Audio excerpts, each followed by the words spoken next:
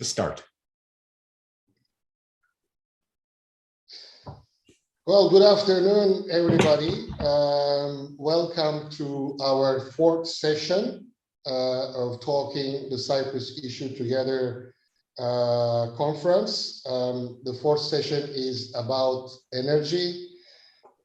We have four distinguished panelists today.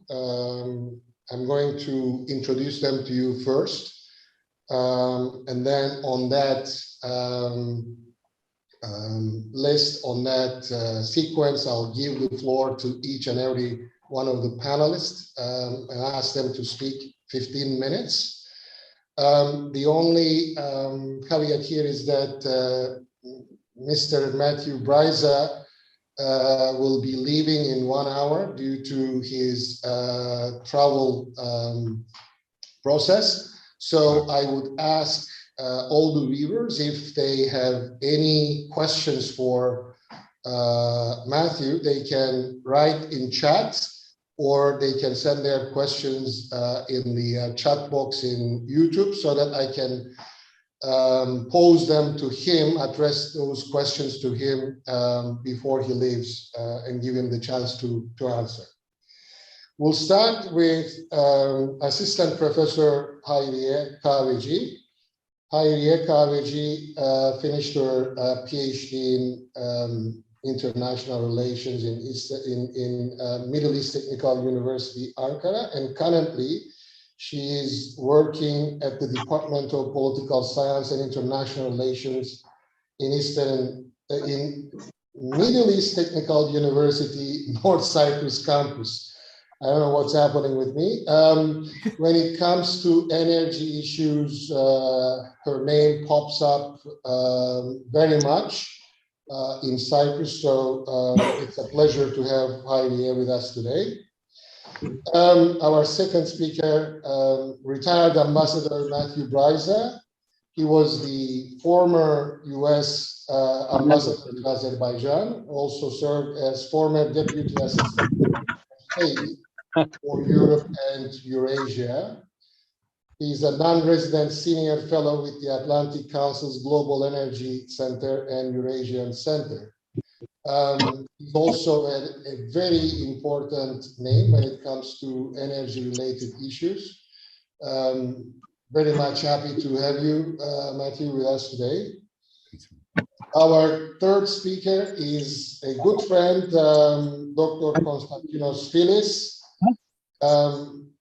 Dr. FILIS is General Director at the Institute of International Relations in Pantheon University, Athens.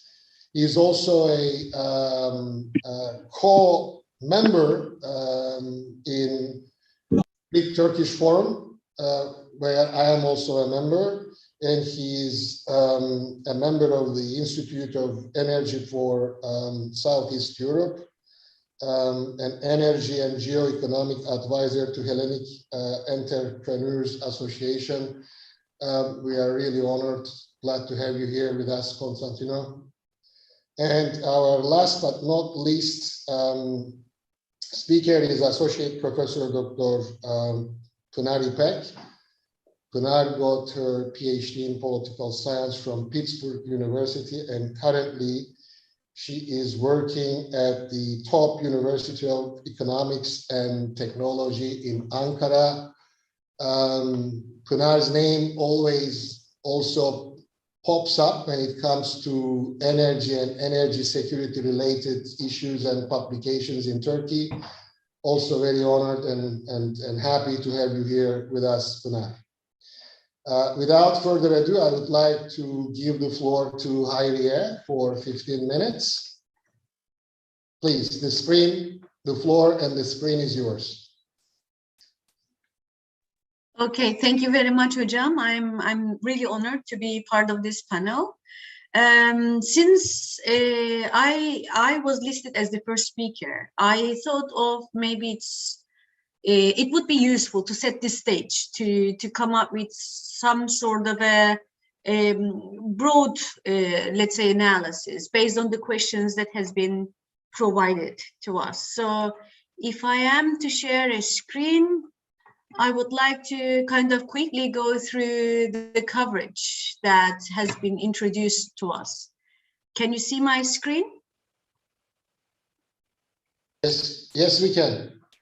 All right. So as part of this, let's say very short intervention, actually, rather than saying it be a presentation of a paper, it's kind of an intervention that I would, based on the questions that has been raised. So it will be composed of 4 parts, where I will be talking broadly about the trends in the energy sector at the global level, its impact on the Eastern Mediterranean, its impact on the Cyprus problem, and then how should the energy issues be dealt with, be handled in the Eastern Mediterranean region.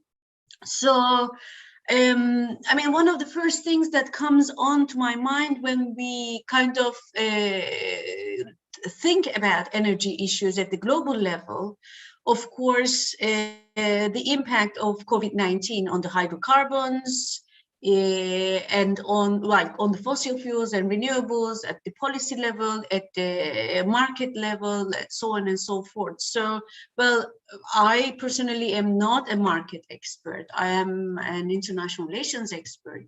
So I will try to look at things from that perspective, actually. But if we look at to how COVID-19 impacted the hydrocarbons, over the years, well, I mean, since 2019, let's say, we can say that it has negatively influenced the, let's say, the production and the consumption balance somehow, because all of those lockdowns that we have gone through, I mean, there were times when we have witnessed minus prices for oil in some places. I mean, although it was not a general trend, all of these bans to travels and lockdowns influenced the consumption somehow. But what was more striking, actually, is the impact of all the COVID-19 limitations, the disease itself, but the pandemic itself and the limitations that it imposed on the production. So the limited the activities of oilmen on the field.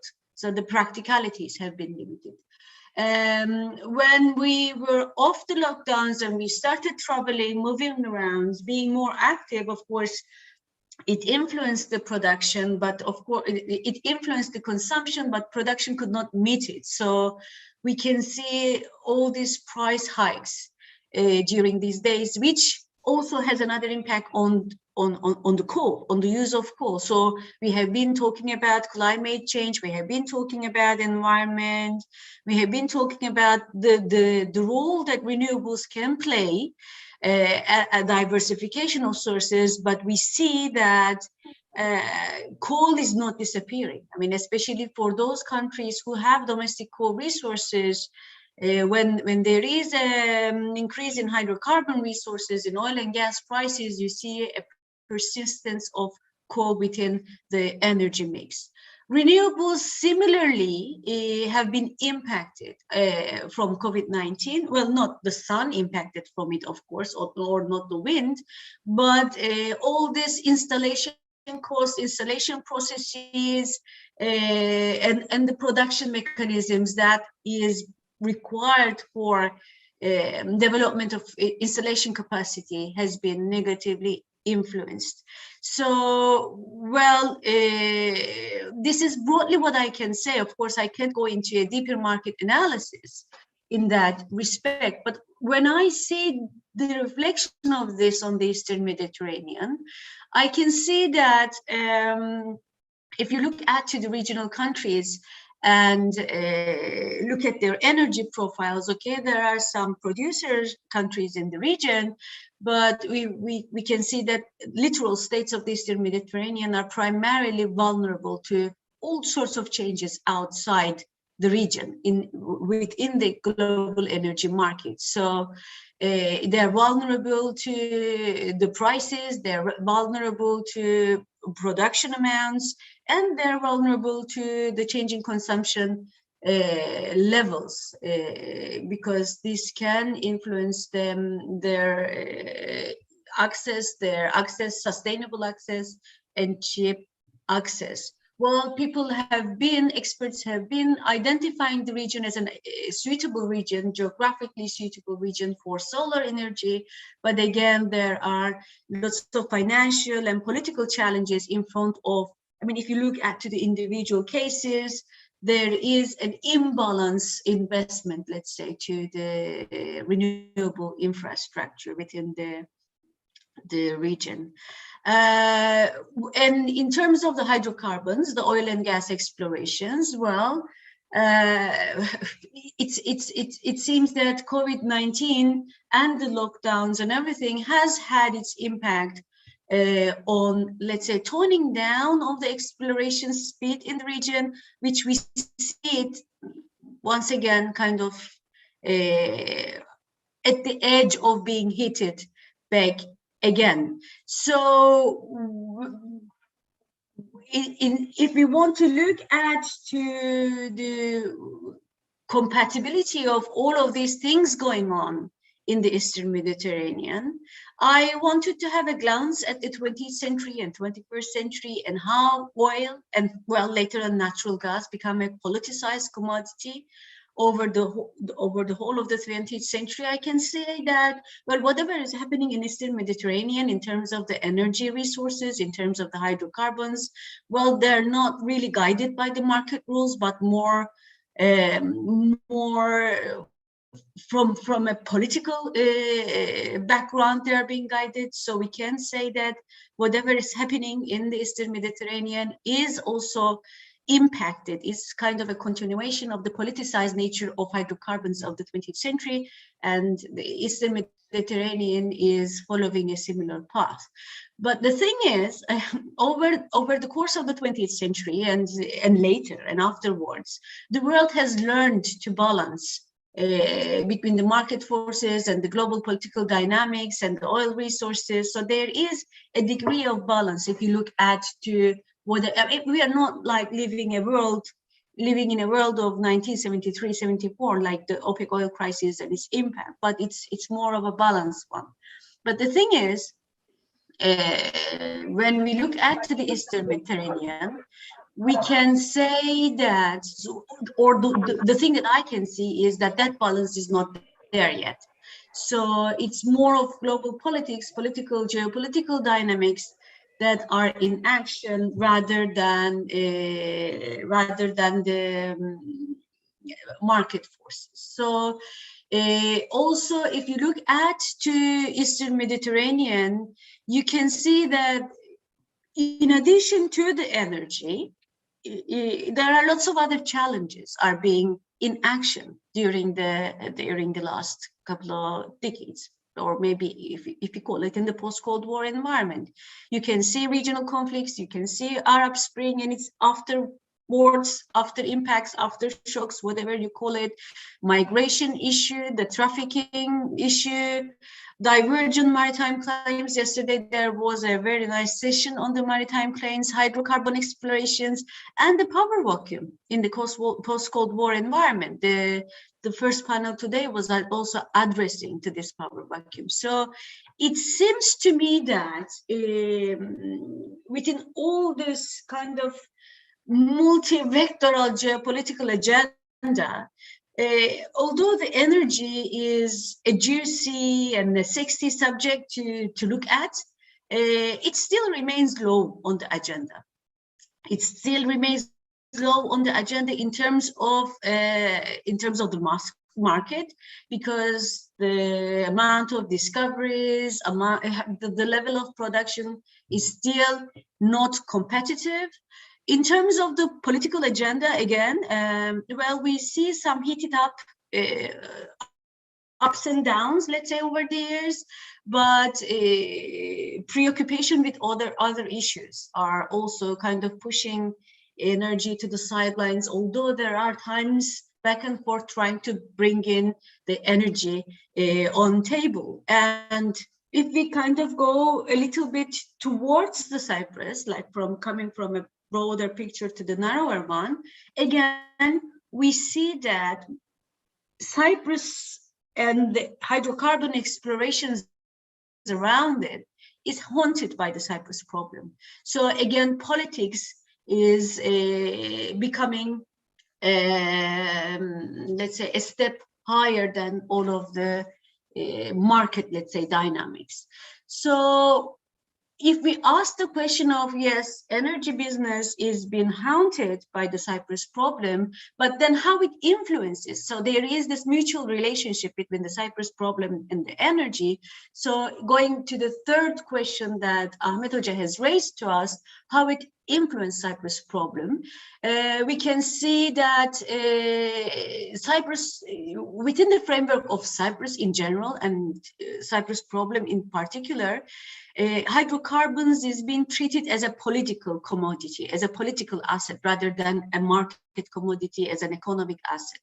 So it became a tool that the parties can play at their hands. So all these maritime delimitation activities, hydrocarbon exploration activities, all of a sudden they kind of became a parallel debate to the classical power sharing and sovereignty parameters of the Cyprus problem. So this was not the parameter set by the United Nations or the negotiation framework, but it was like another parallel line of power sharing.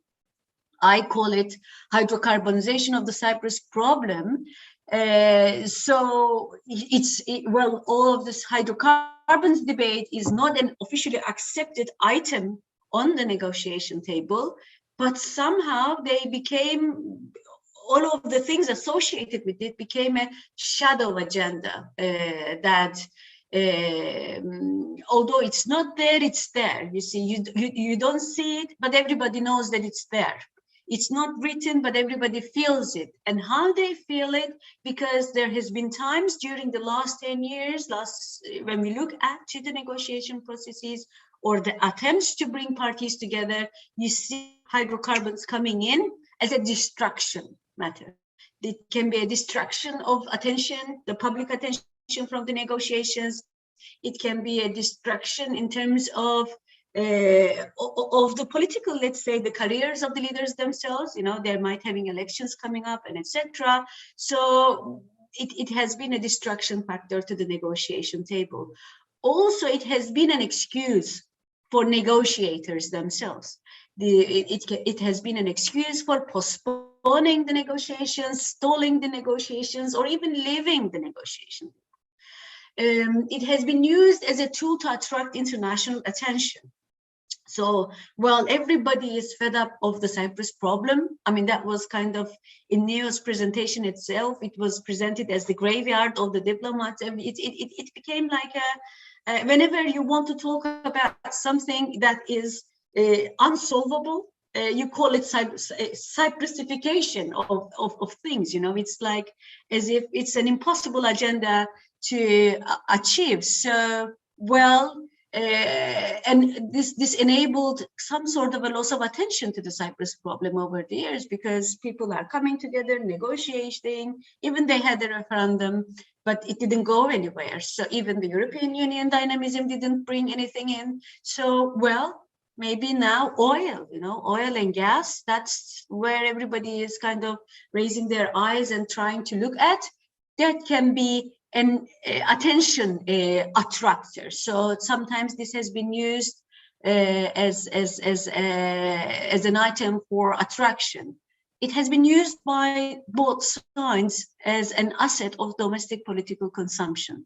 So whether you are pro-solution or against solution, energy, rather than developing energy policies, energy agendas, or an energy-related framework within the Cyprus problem in terms of like dealing with it collectively, it became a tool whether they can be both Turkish Cypriots, Greek Cypriots, and their respective motherlands. You know, it can be utilized for the political purposes, for the elections, for gaining support at the domestic level. And at the regional international. To wrap up, Hayriye. Yes, only one slide left, Hocam. So I'm moving very fast. At the international level, you would see establishment of new and old alliances. So you would see, well, at some point, Russia intervening, you would see France coming in. The last question that I was exposed to was, how should the energy issue be handled in the Eastern Mediterranean and the Cyprus? And I thought, like, wow, it's really difficult to answer this question.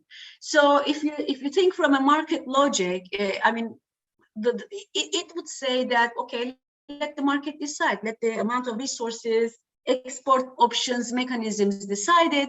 But when we look to the past experience, and we have seen that, well, that's not possible. That is not going to be possible. So because the Cold War spirit is still in action when you look to the geopolitical evolution of the relations over the hydrocarbon resources. So, well, what should be done is not to provocate each other, because I mean that would kind of put us into a more complex situation that actually will kind of postpone the balance between market and politics in the near future. And I wanted to kind of lastly talk about the regional platforms. In previous session, there has been a mention of several regional platforms and their potential. I strongly believe in that. So I think non-exclusionary regional platforms should be initiated, because so far there has been some exclusionary actions, and obviously, yes, they're not going to disappear, but they're not going to bring us anywhere. So a non-exclusionary diplomatic approach maybe would be a way forward. So I'm living here. I know a little bit above 15 minutes, but thank you very much for your time. You're fine. You're fine, Hayriye. Thank you so much, Hayriye. The virtual floor or the screen is now to Ambassador BRYZA. Matthew, please. You have to unmute yourself. Thanks so much, Professor. Thank you. And I'm embarrassed to be in this position. Yeah, my travel is just, I'm here on the ground for a little while in Istanbul, but my wife and I always joke about some colleagues of ours in Washington. There are like 3 different types of annoying conference participants. One always leaves in the middle of the conference to take a phone call, and so it makes him look really important. Another one always comes late, and then another one always leaves early. So I'm going to be one of those today, and I apologize, but I promise at least I wasn't late, and no phone call interruptions. And I'm probably going to make similar points to Hayriye's just now, but in a different way. And I'll be wearing both the energy hat. For full disclosure, I now, my life is in the private sector. I mean, I'm still, with the Atlantic Council, as Ahmet said, and I'm on the board of another think tank in Washington called the Jamestown Foundation. But my life is really business, and a lot of it's in energy. And I am on the board of a Turkish energy company called Turkas. So Turkas has a gas-fired power plant in Denizli. And so it has a real interest in attracting Eastern Mediterranean natural gas, because we pay way too much for the gas now, given how politicized the electricity price is in Turkey, meaning low. You win votes if you have a lower electricity price. And when the gas price goes up, it kills the business, especially if there's a lot of water for hydropower, which unfortunately there hasn't been a lot of for the environment lately, but fortunately for the business, it's been okay. But anyway, so I came to these Eastern Mediterranean energy issues with that hat on at Turkas. And that's how I met Hayriye and lots of people here today. But before that, among my responsibilities in the US government was to be the de facto mediator for 3 years of the Cyprus problem, from the US side, of course. And so all these issues are really like kind of deep in my diplomatic soul. And my goal had always been to try to find a way to use any assets out there in a collaborative way. So picking up on your last point, Hayriye, energy, unfortunately, has become a terribly divisive political factor in the Eastern Mediterranean. And so much so, I think that people are going to lose a hell of a lot of money, and a lot of that gas is going to be stranded. It's never going to be developed. If you look at how big the Eastern Mediterranean is in natural gas, it's substantial. So if you look at what's been discovered already, so appraisal wells, discovery, et cetera, it's like 3.5 trillion cubic meters. It's like the size of Norway, right? Which is, the largest importer. Europe imports more natural gas from Norway than any other non-EU member state. But if you include the discoverable, so still thought to be out there reserves, not yet discovered, that gets you to around 5 trillion cubic meters. And that makes the Eastern Mediterranean as large in terms of potential reserves as the North Sea. So that's a lot. That's a lot. That's been crucial for the economic development of Northwest Europe and it's been geopolitically relevant. But, you know, there's gas is more and more out of favor, right? And COVID-19 had a big impact on that because, you know, if you look at investors in all sectors these days, ESGs it has become so important, right? So, you know, sustainability and governance and the environment and a real strong focus on, of course, reaching carbon neutrality by 2050. I think it's insane not to look at natural gas as a transition fuel. It's twice as clean or only half as dirty as coal. It's plentiful. But, you know, the EU is arguing now over whether or not its taxonomy of energy programs under the whatever Green New Deal will include natural gas. It looks like now it will include natural gas, but that's still being fought over. And I know for a fact that the Biden administration wants to cut off any US government investment in any natural gas projects anywhere. So I guess we're not here to debate the merits of natural gas in general, but what I'm trying to say is because of all the political divisiveness that has come to govern natural gas in particular in the Eastern Mediterranean, there may never be a lot of these fields may never be developed, at least not with an eye on European markets. I mean, you know, with the Eastern Med pipeline aside, I think where you're going to see natural gas playing a big role is in East Asia in the form of LNG. So to me, that's really the future for Eastern Mediterranean gas, liquefying it and getting it on tankers to markets that are willing to pay. It probably comes as no surprise that, you know, given the company background that I have, and we were trying to build a consortium of buyers of Leviathan gas via a pipeline across Cyprus's EEZ, seems to me the most logical, from a purely economic perspective, the most logical home for East Med gas, if the market were to decide, it would be Turkey. It's the biggest gas market in the region, and it's the only one that's growing. And Turkey needs more natural gas. A priori, it needs more natural gas. By the way, Azerbaijan needs more natural gas as well, and it's a major supplier of Turkey, but Azerbaijan is short on gas as well.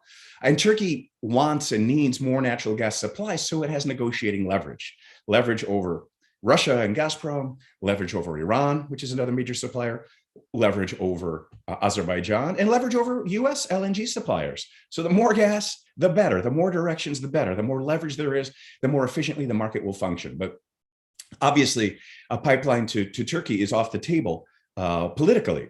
And so I'd like to now focus on that issue a bit, getting a little bit into maritime disputes and the Cyprus question.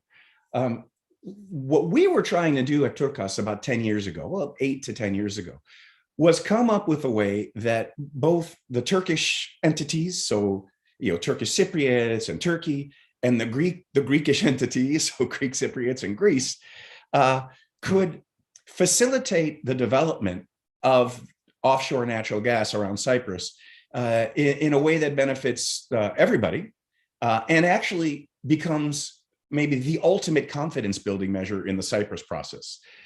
With good reason, on the Greek side or the Hellenic side, there is great suspicion when Turkey wanted to play the energy card, especially the project we were working on, right? Natural gas exports from Israel across the Cypriot EEZ to Turkey, because it looked like Turkey was trying to use that sort of a project as leverage. I understand that.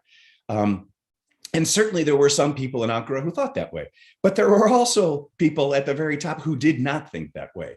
And were working, especially in the foreign ministry, but also in the prime ministry, who agreed that there ought to be a way to give the Greek side of the island or Greek Cypriots something that they really wanted, which at the time, you may recall, was an LNG liquefaction terminal in Vasilikos.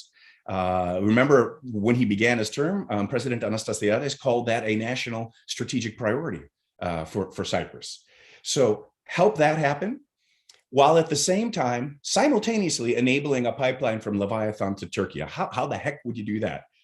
Well, given that at the time it was Noble, now Chevron, and Delek were the main developers of both the Leviathan field in Israel and Aphrodite in Cyprus, they clearly had a commercial interest in making everybody happy because they have two sets of clients that at that time the Israeli government was happy to pursue a pipeline to Turkey, but obviously in Nicosia that was a non-starter. So the idea would have been, let's, working with the companies, reach an agreement whereby some percentage of the revenues from an early pipeline from Leviathan to Turkey would be invested in whatever the Greek Cypriot side wanted, but at that time, Vasilikos, in an LNG, a liquefaction terminal. Politically, it's riven with complexity and difficulty. We know that, but we did a similar thing in the Caspian. I mean, that's how I came to energy, was in the Caspian, right? I was the deputy presidential advisor for Caspian Basin energy diplomacy. And so what happened in the late 90s and early 2000s was the US, at the requests of Azerbaijan, Georgia, and Turkey, helped negotiate the framework agreements, the legal and commercial framework agreements that allowed for the investors to invest in the Baku-Tbilisi-Ceyhan oil pipeline, the South Caucasus gas pipeline, and also, by the way, the CPC pipeline, which goes from Kazakhstan to Russia. So we weren't trying to push Russia out, but we were trying to create optionality, as I talked about for Turkey, wanting optionality on gas supplies so it can negotiate better deals. We wanted the market to be more liquid, which meant we wanted to make sure there were supplies of oil and gas coming from the Caspian to markets in Turkey, well, in Georgia, in Turkey, and then now, thanks to the Southern Corridor in the EU space, free from monopolistic pressures. Love them or hate them, Gazprom's a monopoly. And people at the top of the deputy foreign ministers of Russia responsible for this, for energy, had told me point blank a couple times, it's in our interest to maximize the flow of natural gas through our pipelines. That's what we're going to do because we make more money and we have more geopolitical influence that way. Okay, that's their strategy. So that's not evil, but we are stupid and not serving our own constituents if we just let that happen and don't try to create this additional optionality that allows for lower prices over the long term, greater efficiency, way less corruption, more transparency. So that's what we did with Baku-Tbilisi-Ceyhan and the South Caucasus gas pipeline. It was really a public-private partnership that was great for everyone. And I'm getting to the end here. I'm now on to Hayriye's point about exclusion. That was great for everyone, but Armenia. So Armenia got bypassed for obvious reasons we know about. I mean, the Karabakh dispute, Azerbaijan said, no way, it's our gas in the ground and the pipeline is not going through Armenia. So there wasn't any alternative. Now Turkey's the one who's isolated, right? And so, yeah, the Eastern Mediterranean Natural Gas Forum, from Washington's perspective, is fantastic because it's brought together finally Israel and Greece and Cyprus and Egypt. Those are big geopolitical ideas. When I spent 4 years at the White House working for President Bush, overseeing our relations with this same part of the world: Greece, Turkey, Cyprus, South Caucasus, Central Asia, energy strategy. And at that time, I remember many times myself pleading with colleagues in Athens, please, look at Israel-Palestine from a different perspective and look at all the potential commonalities of Greece and Israel. At that time, there wasn't an appetite for that.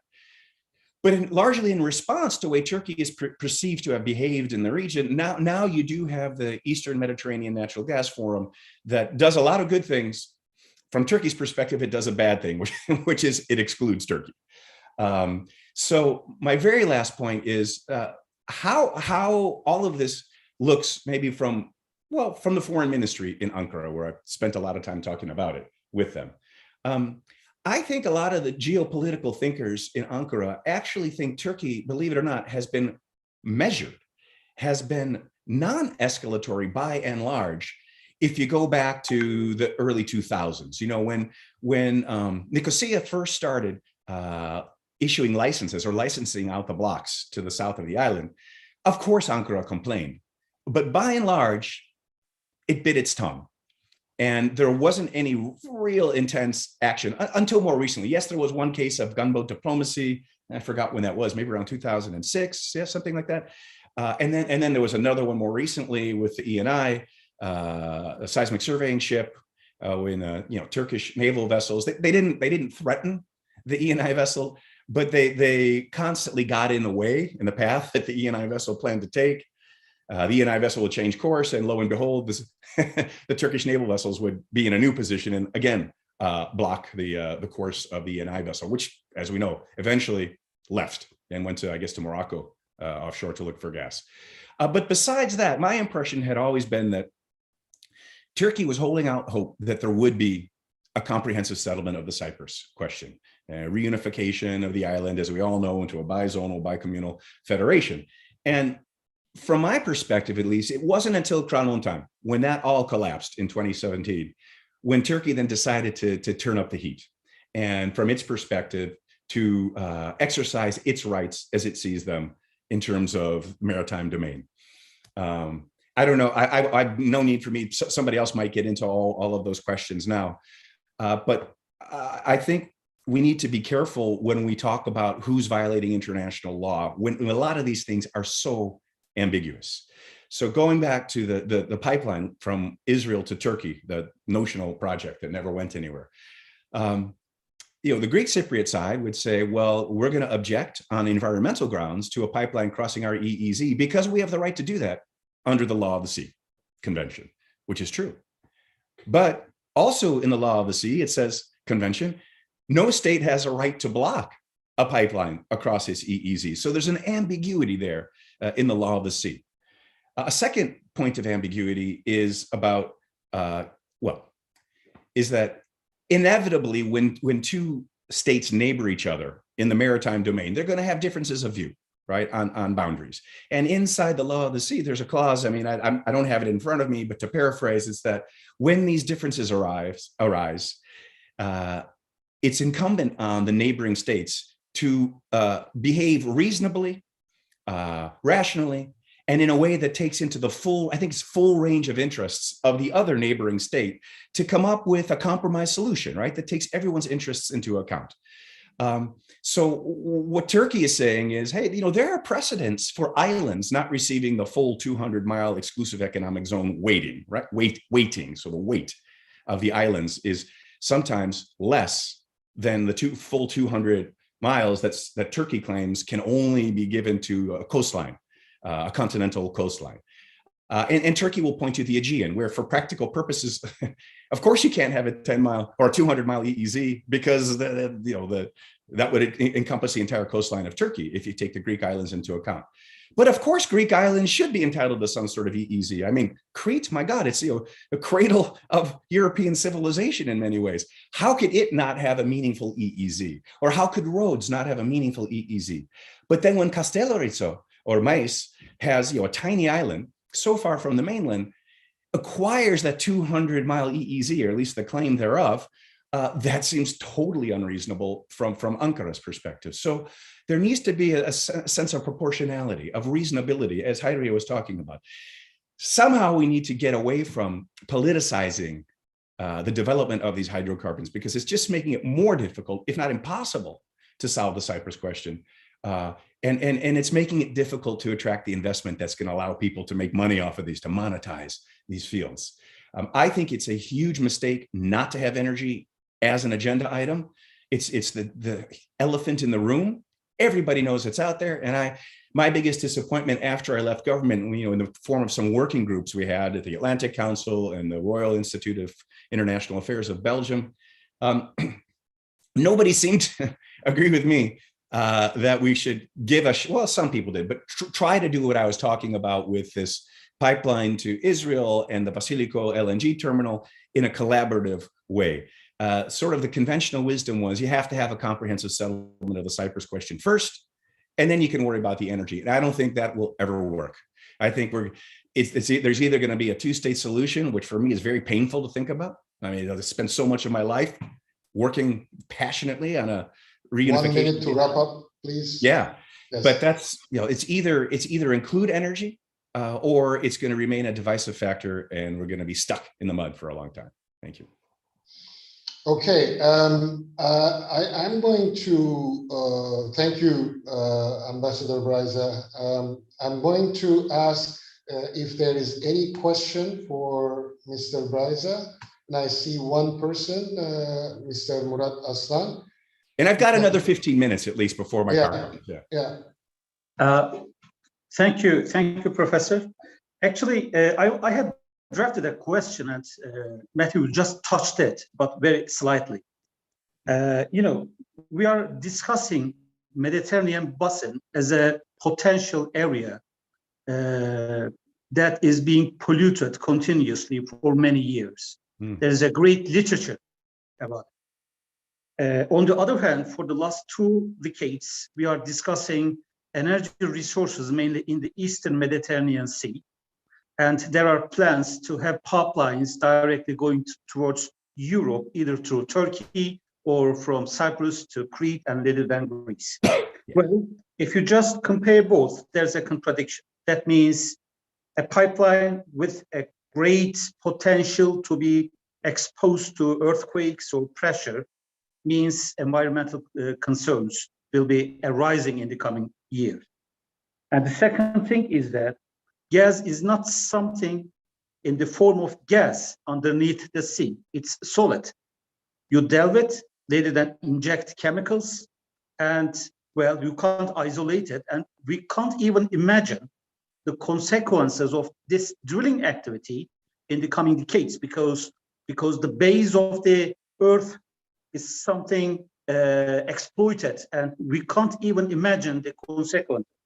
So if you just combine these environmental concerns and the realities of how to process gas and transfer it to the markets, I think there is a contradiction.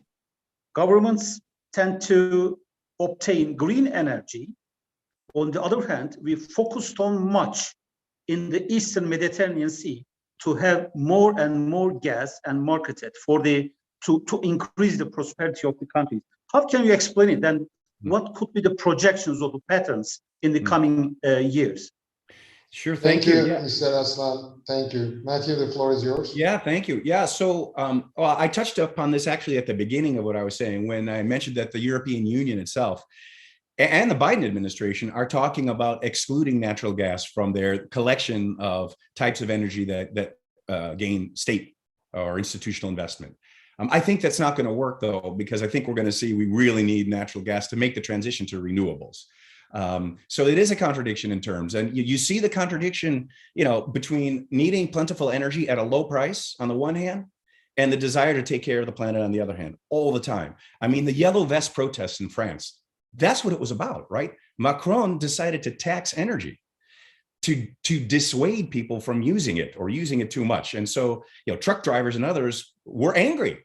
And so it's up to us also as the consumers to figure out, how do we want to live our lives, and what sorts of energy do we want? We should have a choice to do it. And there are some companies out there in the market that will provide, like Octopus in the UK, that allow you to choose which type of electricity you want. Do you want purely renewably generated, or are you willing to get cheaper electricity produced by natural gas, or God forbid by coal, which is so dirty? So it's a contradiction. There's an interesting point, at least to me, I'd like to make about the politicization of the environment on Cyprus. So one of the companies I'm involved with, I have a joint venture with a Finnish company that cleans up environmental problems, messes, especially oil spills.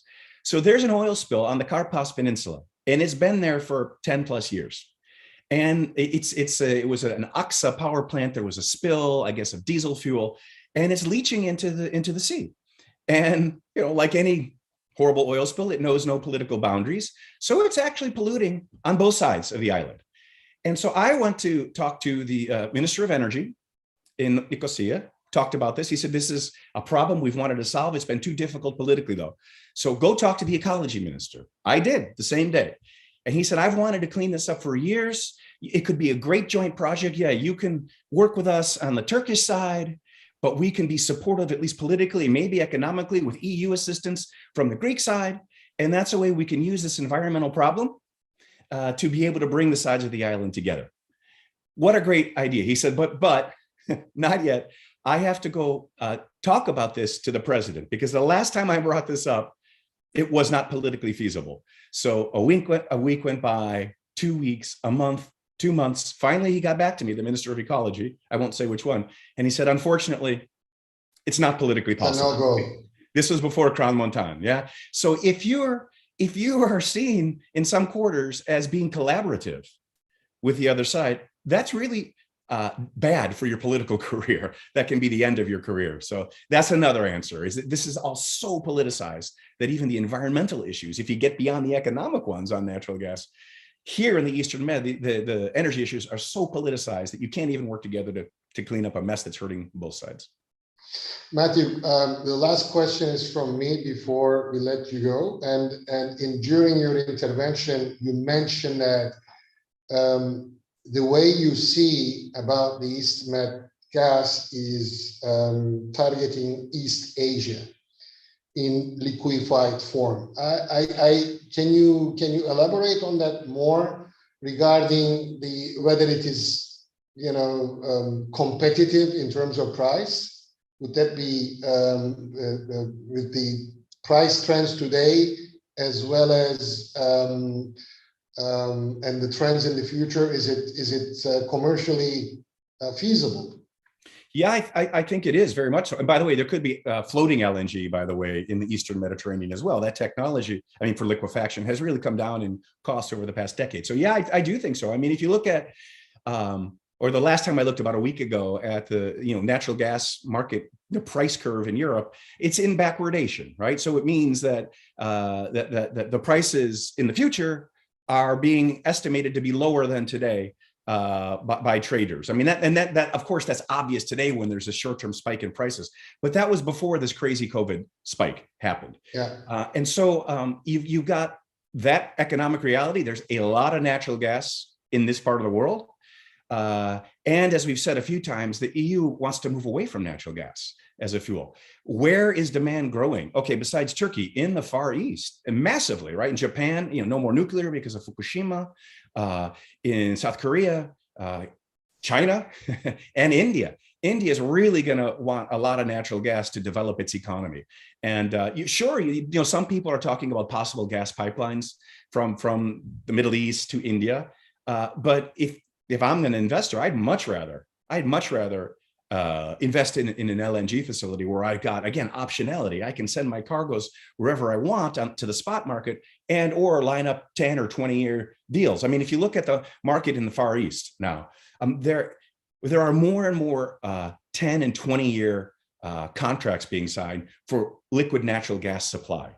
And that's great if you're going to invest in a new production train, because you need that long-term supply guarantee to know you'll have the revenue stream, right, to finance your investment, to get more LNG into the market.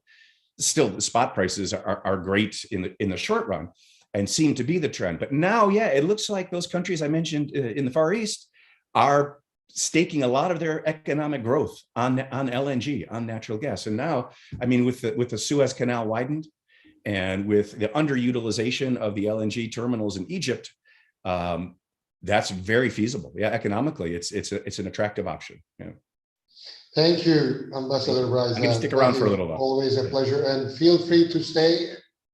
I will. Any more, whatever time you still have, and you can my car comes. Leave silently. Thank you so much. On that note, I would like to give the floor to Dr. FILIS. Constantinos, the virtual floor is yours. Thank you, Ahmet. Can you hear me? Okay, great. For reasons of time, I'm going to respond to the first two out of the four questions that our moderator very kindly sent us a couple of days ago. And I will keep my answers for the other two questions for the Q&A session. The first question posed by Ahmet is, what are the main trends in energy issues in terms of price type on the global level? The answer is high prices. And the market is taking it for granted that these price levels will be maintained through at least the first quarter of 2022. Let me just say that natural gas was at 104 euros per megawatt on Friday, up from 15 euros at the start of 2020. Earlier than 2020, the price had stabilized at between 18 and 30 euros. Prices were unlikely to see again for many years. The projections, with a relative margin of error, of course, are that the price would stabilize at last at around 50 euros due to the volatility of the energy market. And the volatility is due to the general shortage of natural gas, the current increase in demand, its status as a transition fuel, and the unwillingness to make new investments, given that the shift towards green energy is discouraging investors. Why? Because they fear that demand will start to gradually drop off while they're looking for a 25-year return. So there is no point in investing major capital. And as you know, the EU and the US are not anymore funding any new natural gas projects. Right now, in fact, the EU as a consumer is in a difficult position because its shortage facilities are empty, demand is high, and the freezing of Nord Stream 2 by Germany's regulatory authority has irritated Russia, while with the latter reverting to the game of pressure in Brussels. It is also true that there has been a fall in imports from North America, which emphasized South America to cover, for example, the needs of the Brazilian market, and also shifted its view towards the Asian market, which pays a premium of 4 to 5 euros per megawatt. Final observation with regards to the first question, opinions differ on the speed of the transition to cleaner forms of energy, mainly due to the higher costs and absence of storage, and we will have to keep that in mind. And my response to the second question, how is the energy issue handled in the Eastern Mediterranean? So here we are going from the general and global to specific and regional. I'll come back to natural gas later. The two ambitious and promising plans signed in recent years are the Eurasia interconnector, labeled as an EU electricity highway, connecting the grids of Israel, Cyprus, and Greece via subsea cable. In its advantages, we read from the official side, and I quote, "It promotes the substantial development of the renewable energy sources and contributes to the reduction of carbon of CO2 emissions." Another agreement, I close the quote here. Another agreement which was signed recently is the one between Greece and Egypt on an undersea cable that will transmit power produced by renewables from North Africa to Europe. This plan is even more ambitious, and many technical and financial aspects remain to be clarified before we can assess its sustainability. So does this mean that the Eastern Mediterranean is going green? Not yet, but that is the trend. And in the case of Greece, I can assure you that green energy and renewables, the renewables diplomacy is developing as we speak. And for Athens, plans like the East Med have been regulated to the back burner for pragmatic reasons. And all of the experts, more expert than I, agree that if there are no immediate developments in extraction and production of natural gas in the Eastern Mediterranean, any mineral wealth, and specifically that of Cyprus, will remain unexploited. Meanwhile, Turkey, which in my mind is playing a counterproductive role in this matter, but still Turkey could ignore any financial obstacles in order to use any quantities it discovers to meet domestic needs. So what remains to be seen is whether there are other drivers in this case, in its case, and the companies, of course, involved in exploiting the hydrocarbons in the wider region are going to make, or are expected that they will make decisions based on viability, using commercial rather than political criteria. In the Eastern Mediterranean, since the discovery of the Zohr deposit in Egypt, there hasn't been a new discovery of similar size, one that could be seen as a game changer. So the Zohr deposit will cover Egypt's domestic needs mainly. Egypt, of course, especially following the discovery of Zohr, wants to play the role of production and transit hub. And its big advantage is the two existing LNG terminals, which can also be used by neighboring producers so that they don't have to shoulder the cost of building new ones. In the case of Cyprus, exploratory drilling so far has moderated expectations, with the result that Nicosia needs Egypt and or Israel in order to export its natural gas. Israel has oriented the functioning of its domestic market towards natural gas, total gasification, but the Leviathan energy field, that is the second largest in the Mediterranean, has surplus quantities of natural gas on the order of 10 to 12 BCM, that is billion cubic meters. So quantities for sale are kind of limited. Additionally, the lack of infrastructure, with the exception of Itku and Damietta, the two LNG terminals in Egypt, which I mentioned before, presupposes large quantities for transport and proper commercial utilization. In any case, the region is not expected to compete with Russia or other major producers. So given the aforementioned, I could say that the Eastern Mediterranean, in the positive scenario, could become a second Azerbaijan plus. And given the conditions, the likelihood, it was mentioned from the two speakers before me, the likelihood of the Eastern Mediterranean's mineral wealth being exported beyond regional markets is kind of limited. And in any case, the window of opportunity for decisions on this will close in 5 years at the most. The future of the Eastern Mediterranean, as well, lies in capitalizing on renewables. Greece is moving in the right direction and is credited with accelerating procedures for adaptation to Greek energy in coordination with the European Union, benefiting from capital and know-how. And I'm going to close with a comment on Turkey. Turkey is very interested in the region's hydrocarbons as a means for reducing its dependence on imports. At the same time, of course, it wants to participate in order to improve its geopolitical positions, aiming for inclusion in all the plans of the Southern European corridor, and of course, to control developments in the Eastern Mediterranean, where it believes it should be the leader. But for the time being, it cannot overcome its arrogance in order to come to an understanding with the states in the region. Thus, its preference for unilateral demonstrations of power, intimidation with Serbian vessels and drills.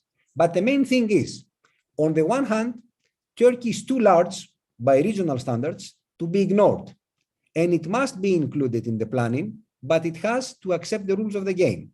On the other hand, due to the unreliability of its leadership and the distance it has put between itself and the European Union, as well as Israel and Egypt, there are serious concerns about the role it can play in the end. So based on nowadays circumstances, this role would be to receive quantities as a customer and not play the role of the transit country, as mentioned before by Matthew BRYZA. Thank you, Ahmet. Constantino, thank you so much. I think we have a sound issue somewhere. Serkan Bey, can you hear me? Hocam Neo'dan kaynaklanıyor, ben Okay, they have to unmute him, or anybody who can have the okay, now it's muted. Okay. Once again, thank you, Constantino, for this sharp and short presentation. We'll go back to that during question and answer. Now, the last but not least, Associate Professor Pınar İPEK. Pınar, the virtual floor is yours. Okay, thank you very much. I'm also honored to be the part of this very timely and important conference. And I have some disadvantage of being the last speaker because a lot of the things that I would like to raise is already pointed out. But building on it, perhaps I can contribute by some more precise forecasts, which I had prepared from the International Energy Agency's outlook. So let me share my screen quickly. Okay. Yeah. Just a minute, please. I think everybody can see, right? Yeah, okay. So, yeah, to go quickly on what Ambassador BRYZA and Dr. FILIS have already said, yes, we are going through a high gas prices environment right now.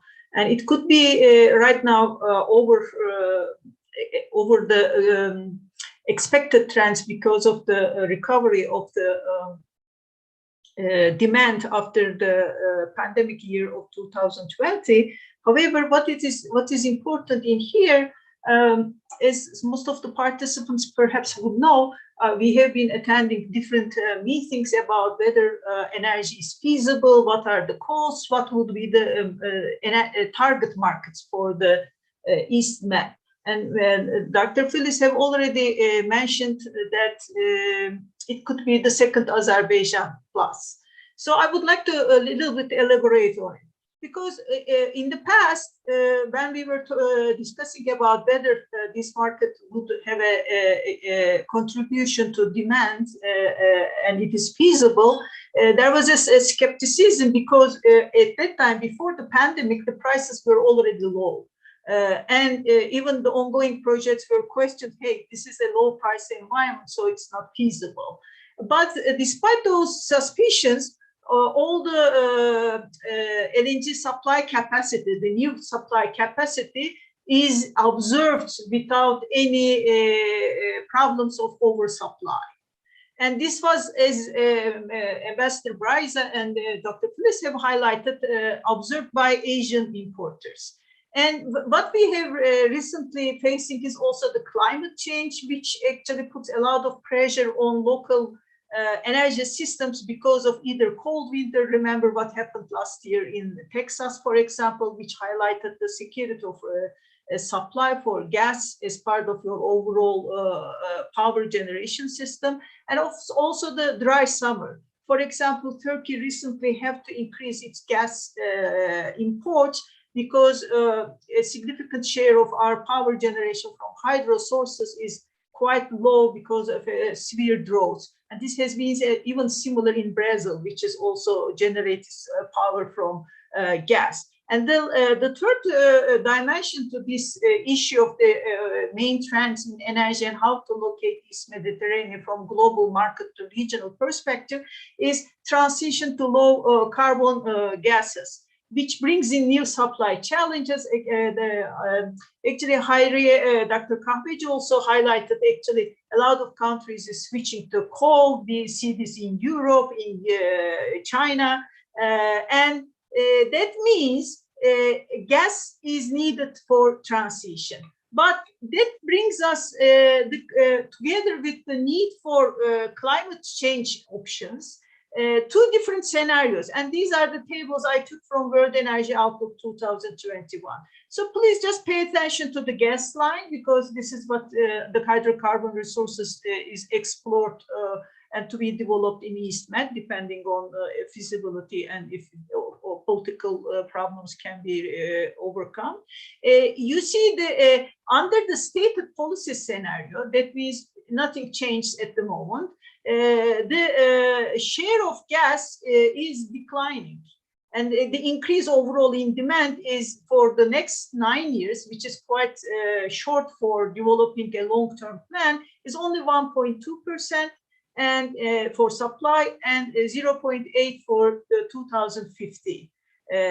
If we look at the net zero emissions scenario, which means we need to reduce, right, our fossil fuel consumption, then we see an increase in natural gas with carbon capture utilization storage. So there would be, by let's say 2030, still about 13% of natural gas, but should be with carbon capture storage. And this would lead to, by 2030, a 40% change. But this is with the condition of the carbon capture storage. And if in the long term, by 2050, the share of natural gas with carbon capture storage would be about 43%. This would be meaning a 16% increase in supply. So gas is transition. That proves that in both scenarios. And please pay attention to increase in renewables. 67% of the, by 2050, the share of world energy supply would be from renewables, and only 8% with carbon capture storage from gas.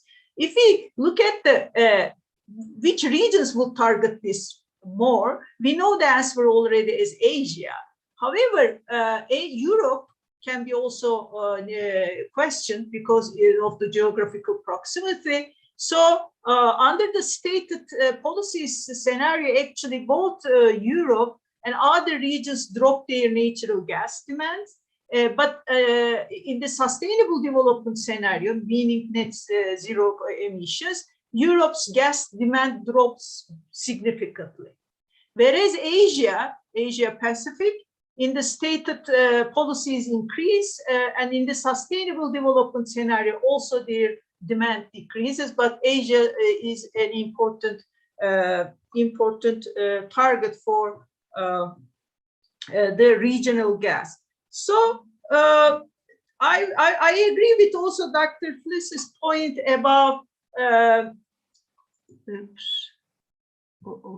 Sorry, just a second. Yeah. That will fix the problem. What does this mean for exploration of hydrocarbon resources around the Cyprus island and the East Med together, which I would, in terms of time efficient, to wrap up without repeating the things. I think if we look at the European energy market, as Dr. FILIS said, it's difficult that East Med Mediterranean gas can compete with the Russian pipeline gas. Just to give an idea, we know that the pipeline supplies for Europe run from North Sea, Russia, and from the southern road, which is Algeria and Libya. Indeed, today Europe has 22 LNG terminals with a capacity of 216 billion cubic meters. So this is approximately 50% of the EU's current demand. However, it is at the moment utilized by 27%. That means about 25% of Europe demand can still be fed up with other LNG resources, wherever they are coming from. But today, Russia supplies, together with pipelines, mostly LNG, about 40% of Europe's demand. And this is only Nord Stream 1 and Nord Stream 2 pipeline together is 110 BCM per year. So to compare with, together with Azerbaijan, for example, the TANAP TAP pipeline that goes through Europe holds only 10 BCM. And if East Med pipeline is built, would only supply 10 BCM. And the Egypt LNG facilities, İTKU and Damyatli, have a liquefaction capacity of 18 BCM. So if you just quickly add 10, 18, and another 10, it's hardly comparable with 110 BCM of Russia. And pipeline gas is more price competitive. So that leaves either the Asian market or a regional market. Of course, in times of increase in prices, like short-term price hikes, I think this, when we talk about price hikes, I want to show this visually, because it's quite steep increase. This hurts a lot of households' budgets and states' economic vulnerability. So if it is not going to be Asia, because then it has to also compete with the already competitive prices of Australia, US, and Qatar, right? These are the suppliers already with capacity and already initiated projects. Then I would like to bring the issue to focus of a regional market. So in the regional market, I think, yes, we have the East Mediterranean Gas Forum as an initiative and a platform, although Turkey is excluded. We have to bring in the renewables to the regional market.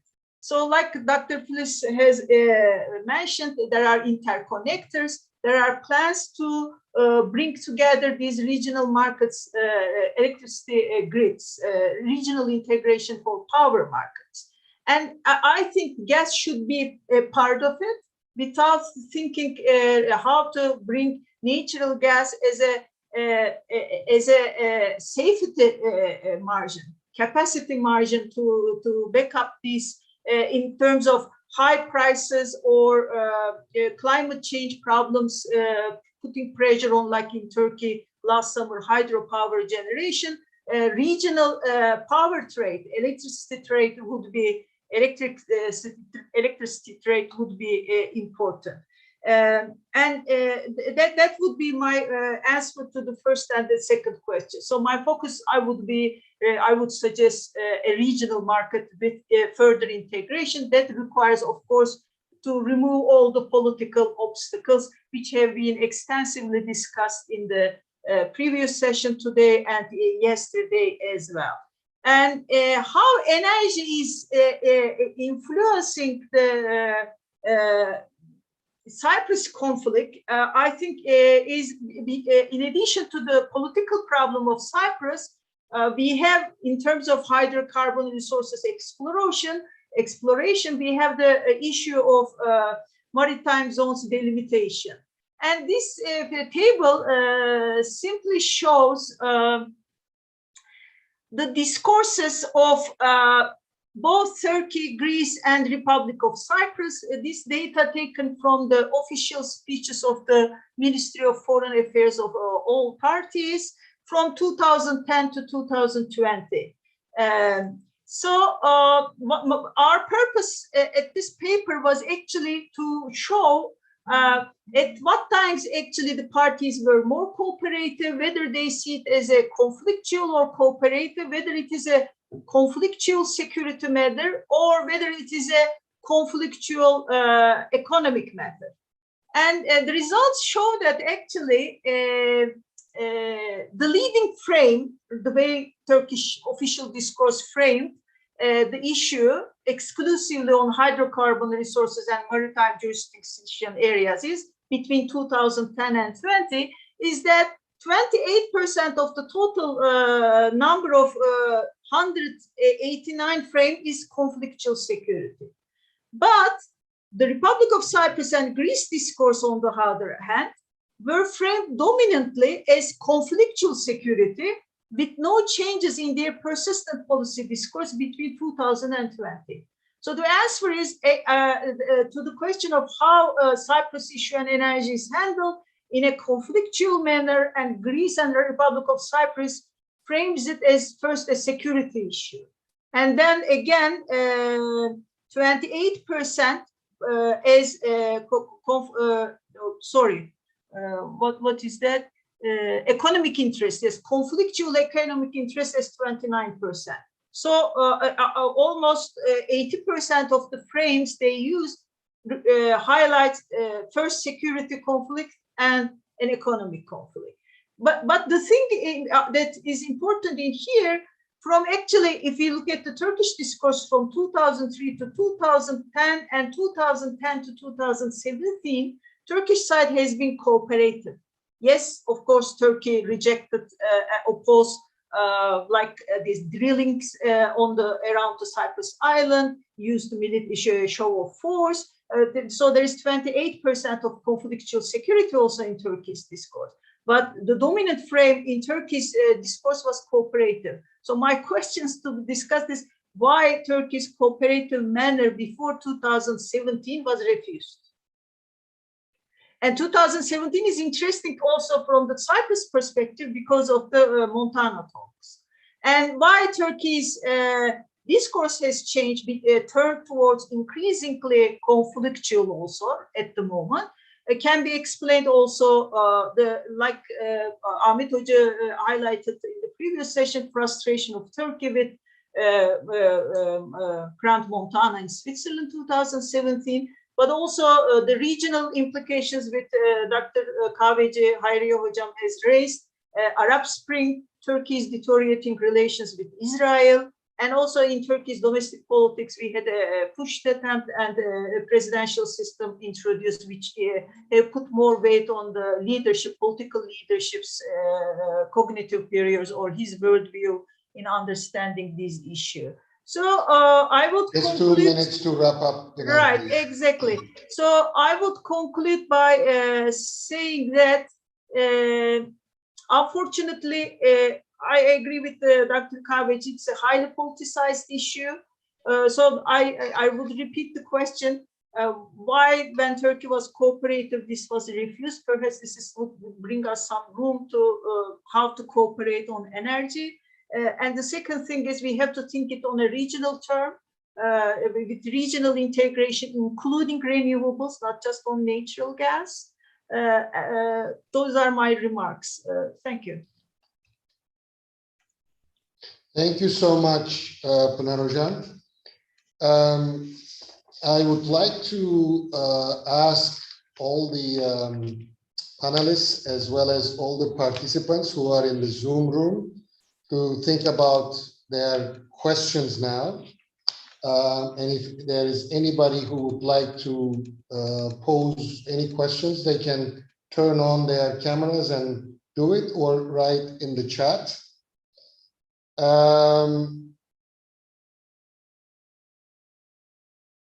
Anybody? Any questions?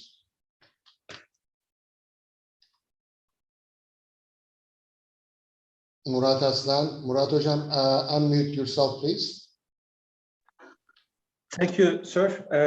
Actually, a quick contribution rather than a question. And this is totally based on my own research and observations. Okay, the gas reserves or energy concerns of the regions, the countries or global actors, including multinational energy companies, well, to some extent, they play a role in exactly projecting what we expect in the region. On the other hand, and this is the question actually, I see that this issue is a bit politicized and more oriented to interpret it with a frame of sovereign rights in the region. Because energy, well, there are alternative ways to generate energy and market it. If you take Turkey, we have Russian, Iranian, and Azerbaijan gas. Iranian gas is declining because of the sanctions applied. On the other hand, Turkey is just on the crossroads that it can easily provide alternative resources. So energy is something that can be replaced by alternative channels for Turkey. If you go to Greece, well, Greek economy is about something different from the Turkish one. And sure, accumulates and has a desire to accumulate strength. On the other hand, for the Eastern Mediterranean Sea, especially for the up north of the sea, there is no announced gas reserve up until now. So my question, especially to our Greek friends, do you have a type of projection that the energy is somehow a mask of this dispute, just to replace it with the political agenda? Because if you take the Turkish-Libyan agreement, for instance, it's really something disrupting the agenda of the Greeks. And there was a huge reaction. And Professor FILIS, we discussed it before in our panels, as you remember.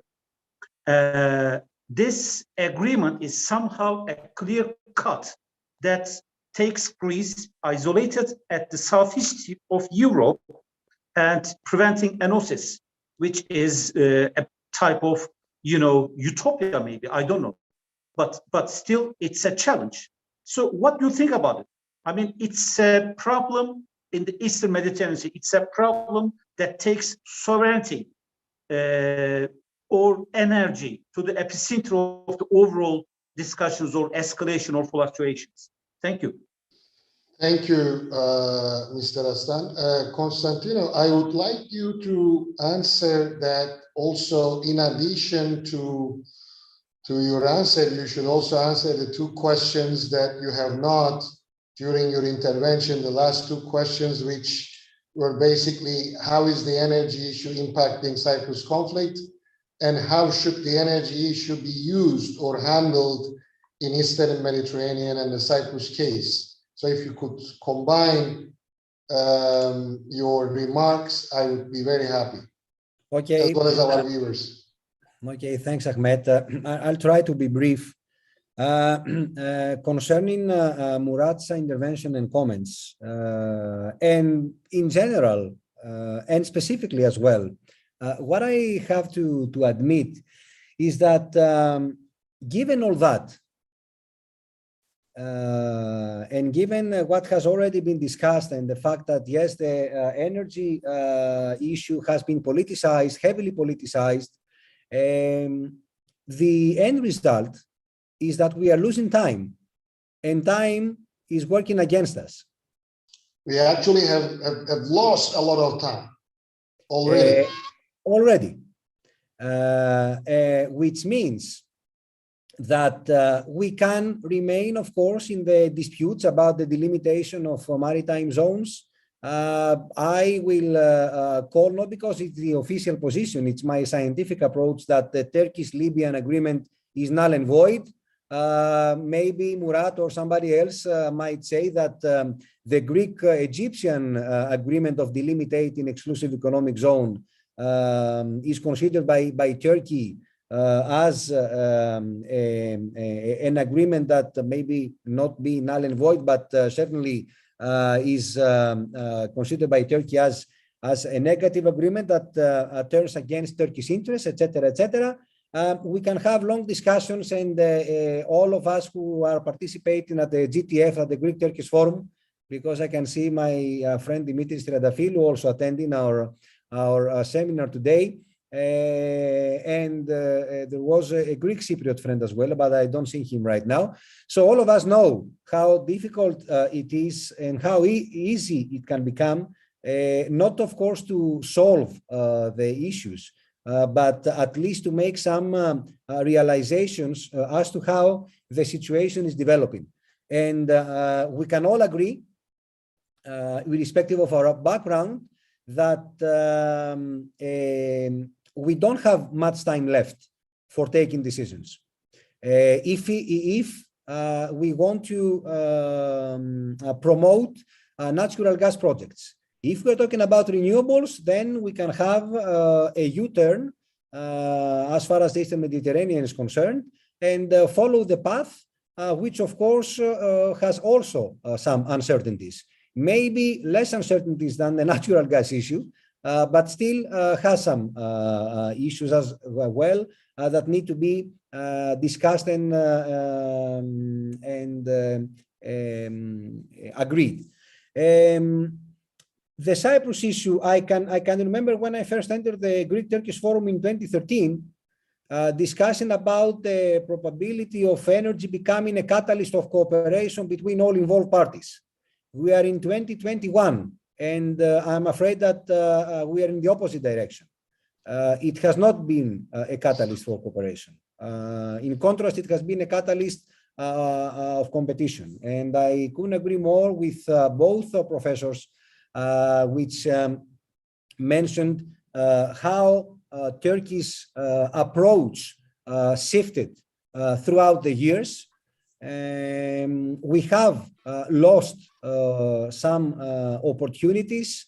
I don't know whether the last opportunity was in Crown Montana or not, but what I can say is that today Cyprus needs Israel and or Egypt, probably needs Egypt and or Israel, if it wants to export its natural gas.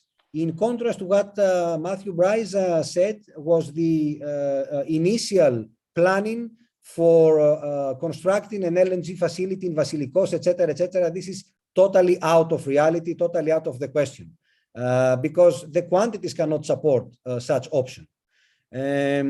So it is very unfortunate that we are here right now, and it is very unfortunate that if we want to be frank, once ExxonMobil goes to Block 10 and makes actually conducts a new exploration, then we already know that Turkey, in response, is going to send either a seismic ship or maybe conduct another survey on its behalf, I mean exploration, in Block 6A of Cyprus's exclusive economic zone. And, you know, this is a vicious circle. It is never going to end. A last point, I am not happy for that, but when I was asked a decade ago whether we should think of a moratorium in activities, I was very negative. And I'm still negative, but not as negative as I was some years ago. I don't need to answer why I am not that negative nowadays, because things can really evolve in such way that we might have a crisis that we cannot control. At least for now, tensions, one way or the other, are controlled, not stemmed, but are controlled. I'm not supporting a moratorium in activities, because if there is a moratorium, this means that we are going to forget about any prospect for developing natural gas.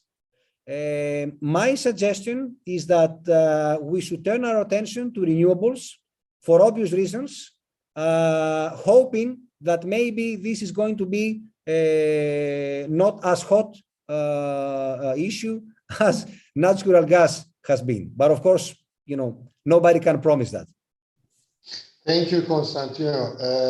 I would like now to ask if there is any other questions. You can, as I said, turn on your cameras and ask, or you can write in chat. But meanwhile, I would like to give the floor to our panelists to respond to any of the comments or any of the questions.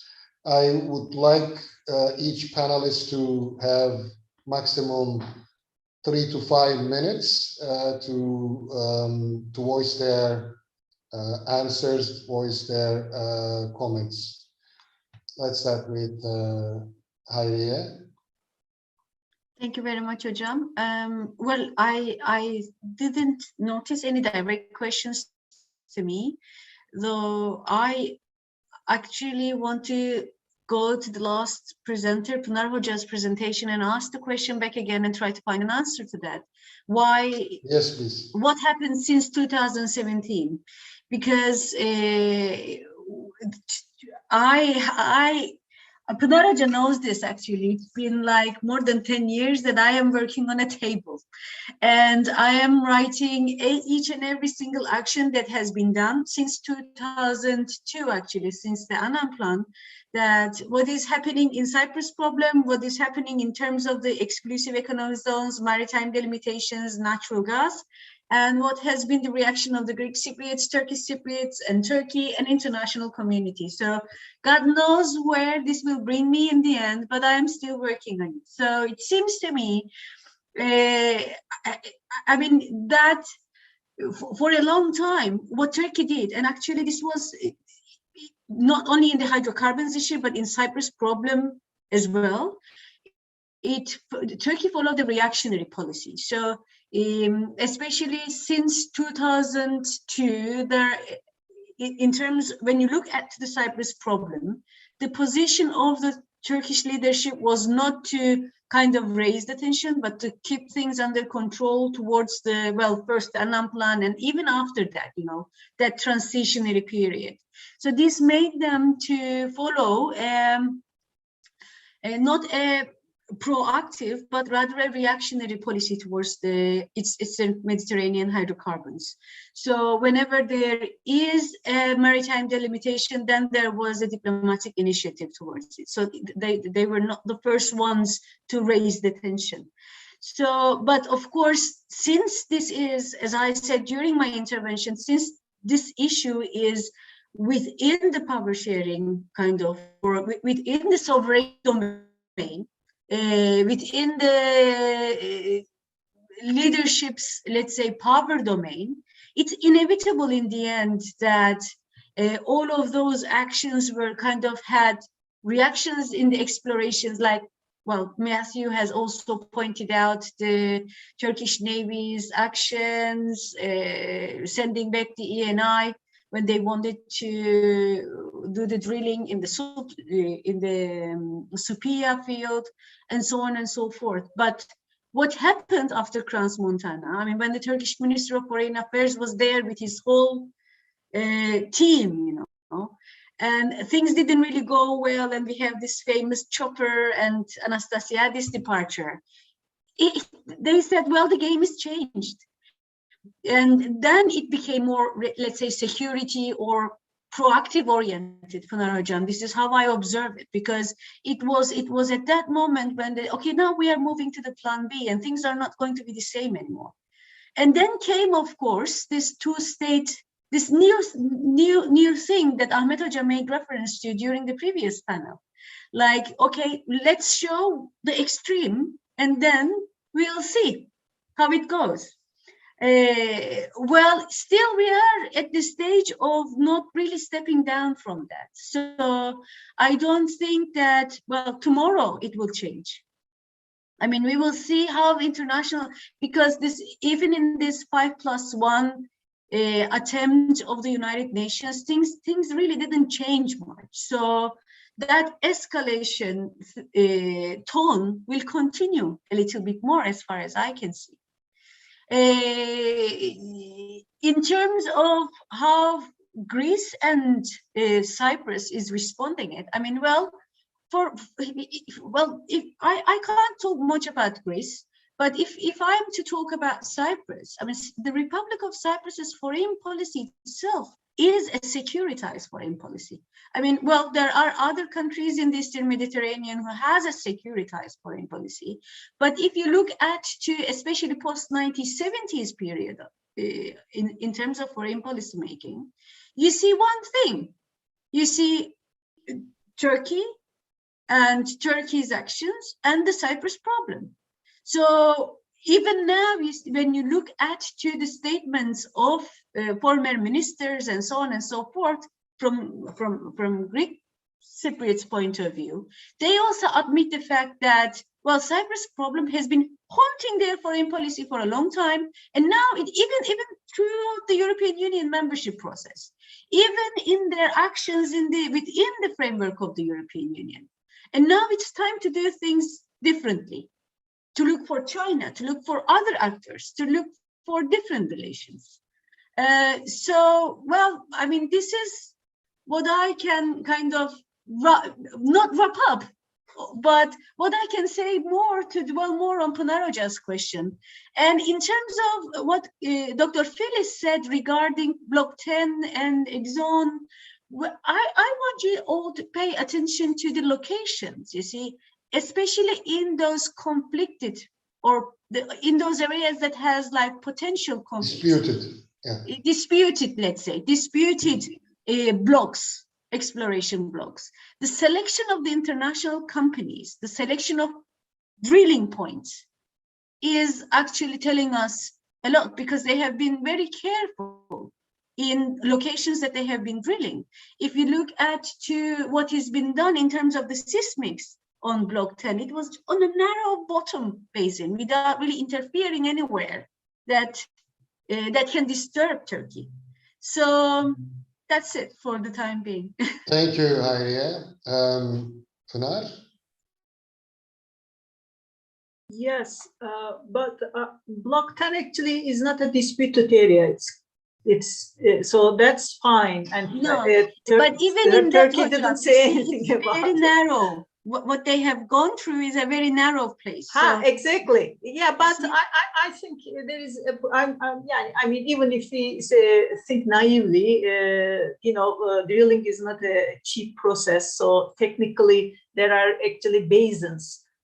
So what we see on the map is some lines, but they drill through the basins which have the more potential. And basically there are two basins. One is the Nile Delta, the other one is the Leviathan. So according to that under the sea geographical platforms, I think they drill, but that's fine. I wish they continue to drill at Block 1 and no escalation would be, no further escalation would be in the region. However, it's not the case.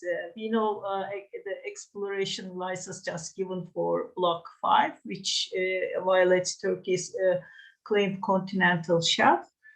So, yeah, I mean, the major reason after 2017 for Turkey's changing discourse, as I underlined, frustration of Turkey, because, although it's very long discourse of cooperation, rejection by the Cyprus, and then inclusion of, unfortunately, the Asian dispute, Asian maritime dispute to the process because of hydrocarbons. Because Greece has started also some drilling ships and the islands, so it has been an issue between Turkey and Greece since the recent diplomatic frozen agreement, 1976, I think, not to do any act on in the agency. Speaking of, I mean. Since 2017, there is a lot of things going on in Turkish domestic politics. In parallel to what Ahmet Hoca has in the previous session underlined, changing regional power configuration, let's say. Turkey's changing foreign policy, but so-called towards more strategic autonomy, and using more assertive foreign policy. But we have to remind ourselves and be, I think, also frank that Turkey is not increasing its assertive foreign policy in the middle of nowhere, just unilaterally. So why, for example, have a licensing agreement for Block 5? Why we were pushing so hard for an opportunity to revitalize talks on Cyprus?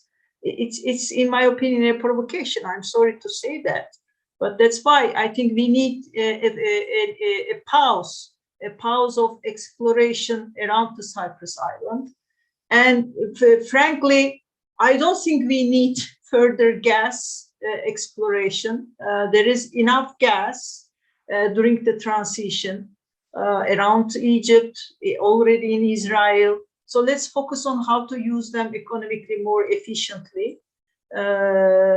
These are the issues that we could also justify to the public opinion. If there is pressure on sovereignty issues, we can easily frozen these exploration activities. And indeed, there is in September 2011, actually, the Turkish Cypriots has offered that, but that was also rejected. During President Akıncı time, which he was more willing to negotiate and so on, that opportunity was also missed. But engagement is key. I agree with Professor SÖZEN. So let's focus on the future. Let's keep negotiating, keep talking together. And my suggestion would be, again, yes, gas is important in this transition. And indeed, the recent joint statement between Republic of Cyprus, Greece, and Israel said energy cooperation on natural gas and renewables. But we have to see a plan. We have to clear our minds.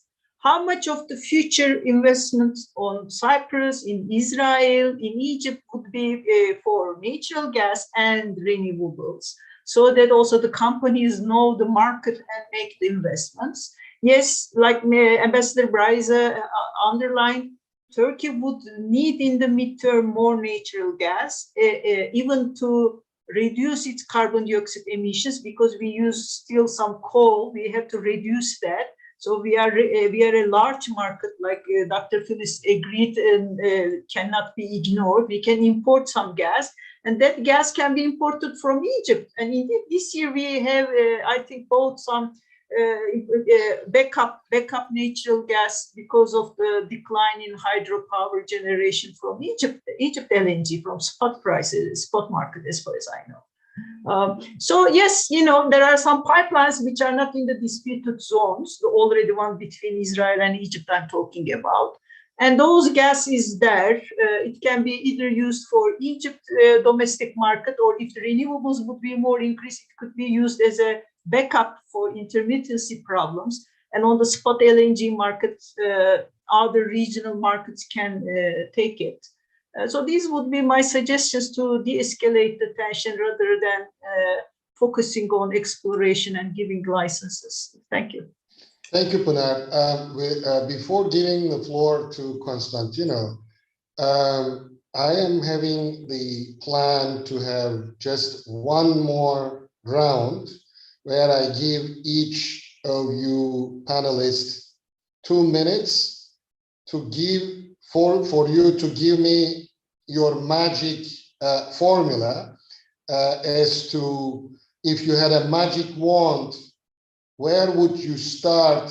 What would be your magic formula as to starting to unpack and solve Cyprus as well as in general Eastern Mediterranean? Just 2 minutes. You don't have to be in much detail. So Constantino, your remarks, as well as if you can add this last answer, I would be very happy. Thank you.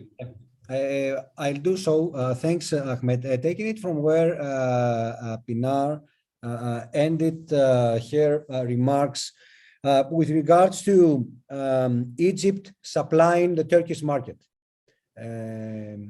Let me just remind us all that we are talking about the Cyprus issue. However, for the time being, Turkish relations both with Egypt and Israel are strained. There is a hope that they might improve in the near or not so near future, because it's obvious what is the problem both for Israel and for Egypt, and it is not Turkey per se, it is Turkish leadership. But what I have to state here is that it's not only the Cyprus issue that isolates Turkey from regional/energy developments. It is the problems between Turkey and Egypt, the problems between Turkey and Israel.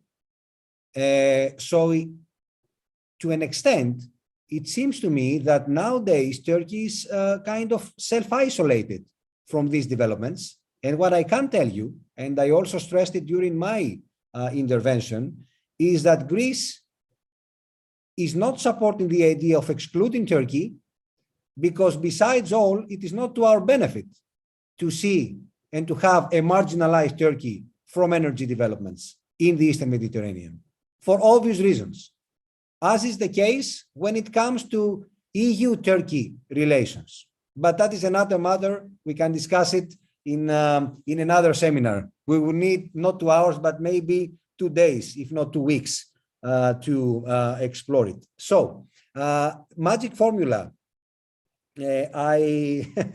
I cannot consider myself to be a magician. What I do suggest is the obvious, that we find a framework, a legal and political framework, because that is the main problem, at least between Greece and Turkey. We want a legal framework that Turkey does not seem to accept, because it feels that due to its political, diplomatic or military might, it can impose its will to a certain extent. On the other hand, Turkey, yes, Turkey wants a political framework. We want a legal basis for discussions. So I am supporting, and I am afraid that we are not that many. I'm sure that can there be a hybrid platform of politics plus legal that can make each side comfortable to... Comfortable, yeah. This is, Ahmed, what I had in mind. And a last word, I am supporting, and I think that Dimitris is also supporting this idea of a regional forum or a regional whatever that will... We discussed it today, yeah, that will promote dialogue. I am not against it because Erdogan proposed it a year ago. I'm not against it because the Europeans are proposing it. On the contrary, I want Greece to have and to be engaged in that in a positive way, in a constructive way, for its interests and for the region. But of course, some things need to be discussed and solved before we end up there. And to be frank, it is not a problem whether the Turkish Cypriots, of course, They are not a state, they're only recognized by Turkey, but it is not a problem for me what is going to be their legal status once they involved, and it should not be a problem how Turkey is going to call the Republic of Cyprus once Cyprus is engaged. These are issues of minimal importance to me that should be solved beforehand. What we need is political willingness and the obvious realization that if we don't have political willingness, we will remain in front of this stalemate, and this stalemate is counterproductive for every single state of the Eastern Mediterranean. So you're saying if there is a will, there is a diplomatic way of getting things done. Thank you, Constantino. Hayriye Hocam? Hocam, well, okay, I agree with Dr. FILIS that if there is a will, there's a way. But I think it has to be like, I'm a Cypriot. I have been living on this island my whole life, although I had breaks. So I don't believe in magic. I don't think there is a magical formula.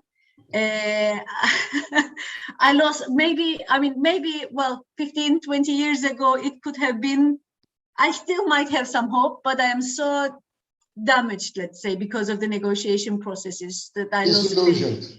Yes, so I don't have faith in magic in Cyprus problem. In terms of the energy, well, if there is a will, there's a way, but I think that that will doesn't necessarily be a political will. So if there is a will in the market as well, if the potential, because you see, we have been comparing the Eastern Mediterranean to Azerbaijan plus or North Sea, but we are forgetting the fact that Azerbaijan is Azerbaijan and North Sea is North Sea. But we are talking, when we talk about Eastern Mediterranean, we talk about diverse actors, diverse political dynamics. So not single supplier is in question. So what I say that, well, yeah, explorations are increasing the tensions in the area.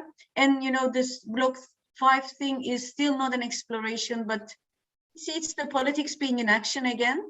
But if there is a will in the market, a thirst to the Eastern Mediterranean hydrocarbons, these things could be solved again, as it did happen in Caspian, because Caspian was also a very hard case to solve. And I haven't seen that will yet. This is all I can say. Thank you so much for your 2 cents, Hayriye. And finally, Pınar.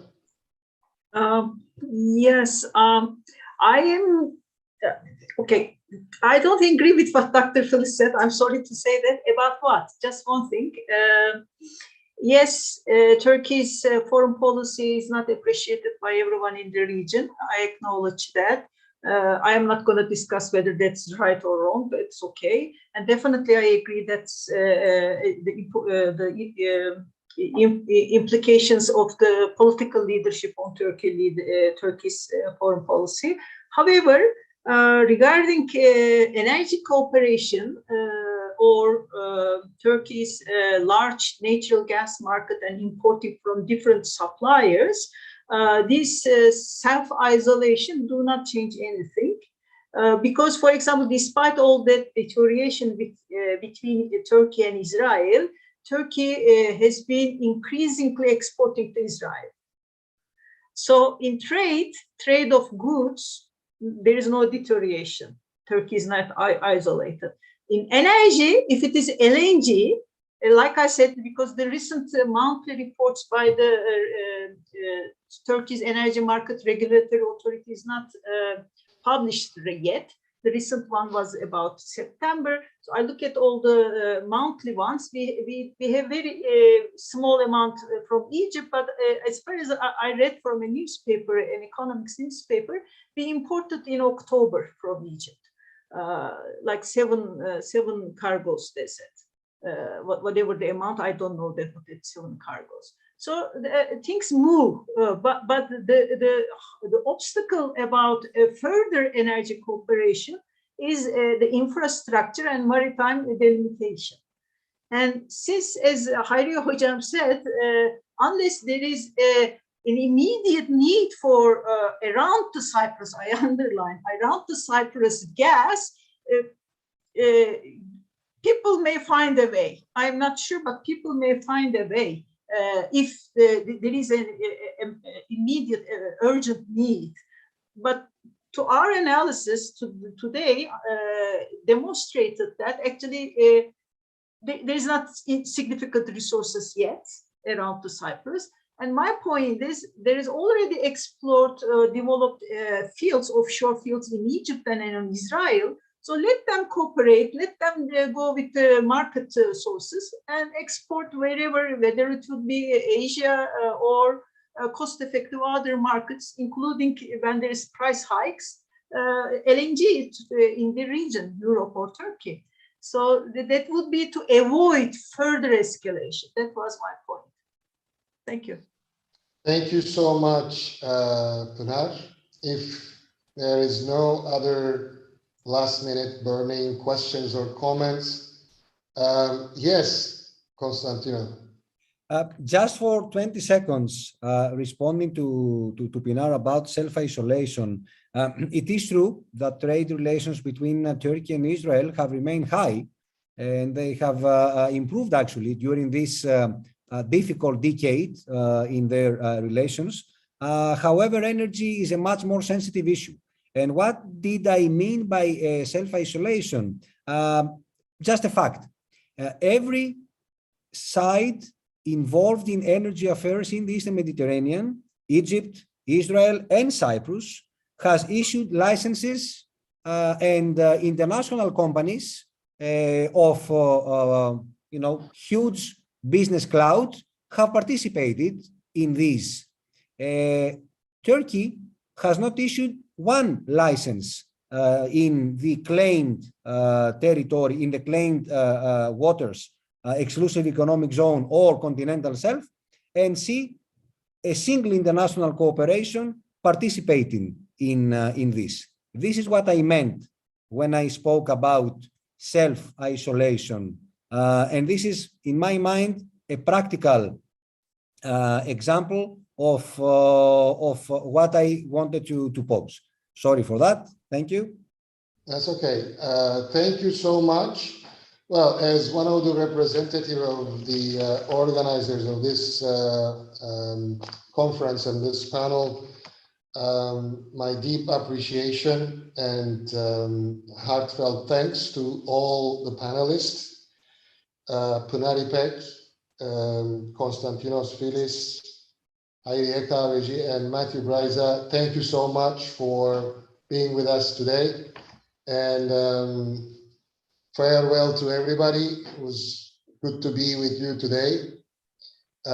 Some of you who will be here to listen to myself and my colleague Erhani Çener, we will have the closing remarks.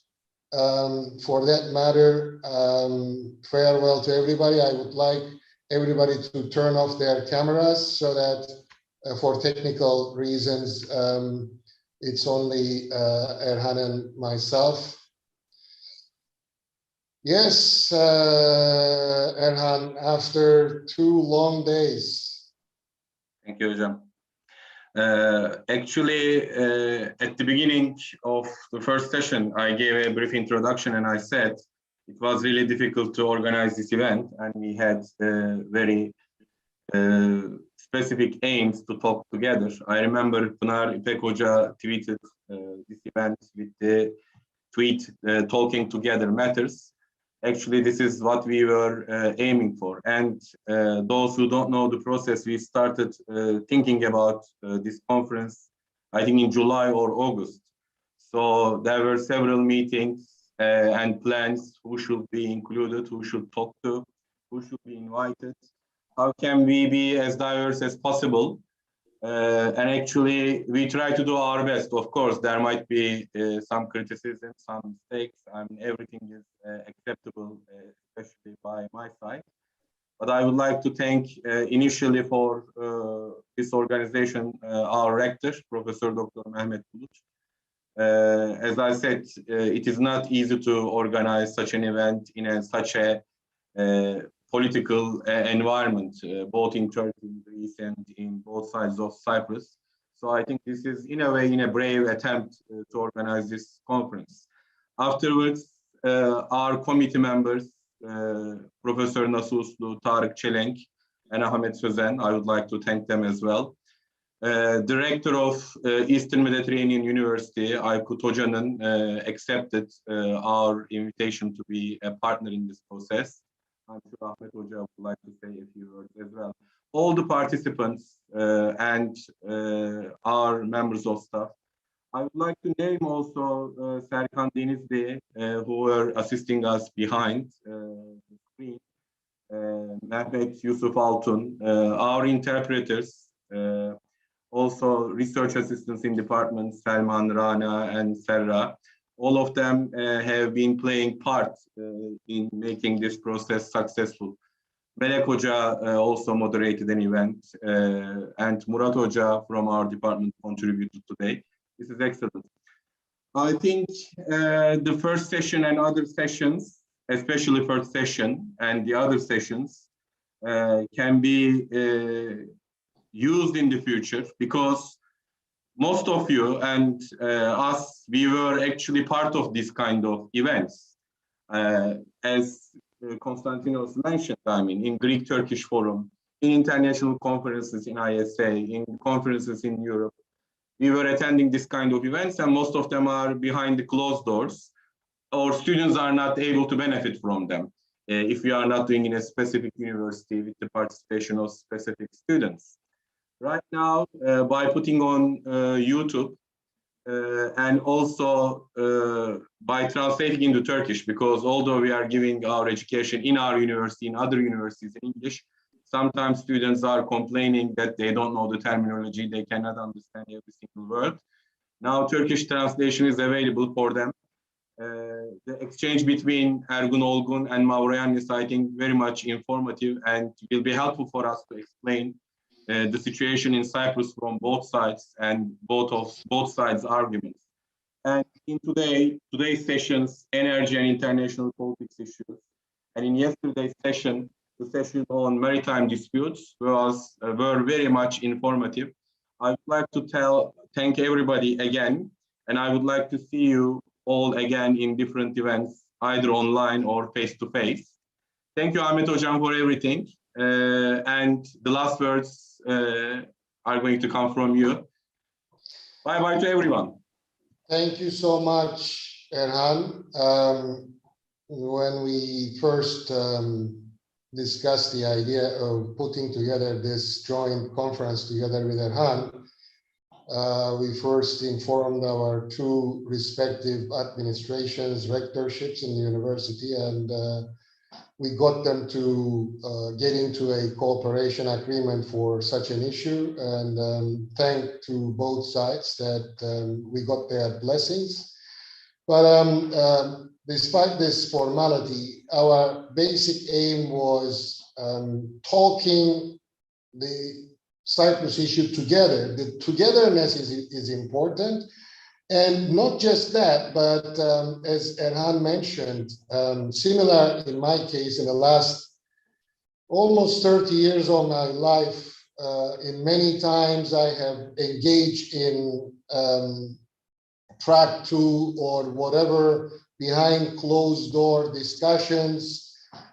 I lost count of the number.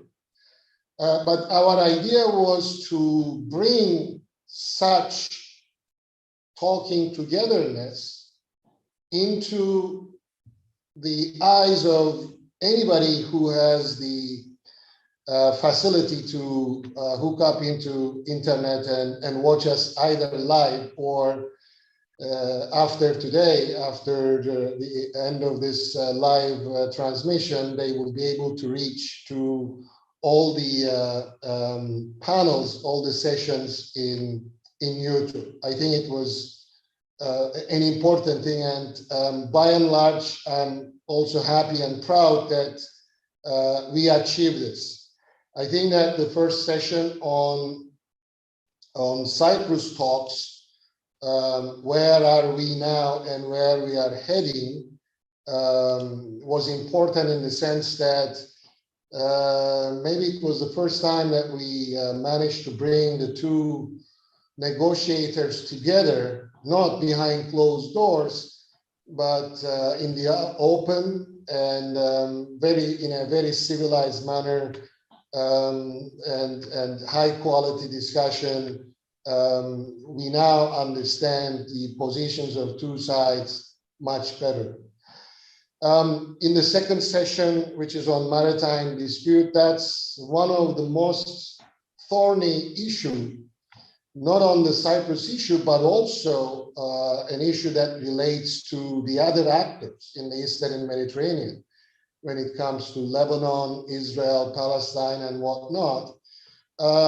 We discussed there the possibility of maybe coming up with a set of acceptable principles that would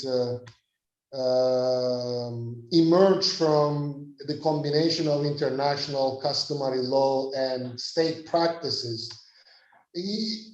But even the possibility of that, I think, is very important in order to get all the stakeholders to think about the possibility of coming up with such principles to solve problems related to Eastern Mediterranean.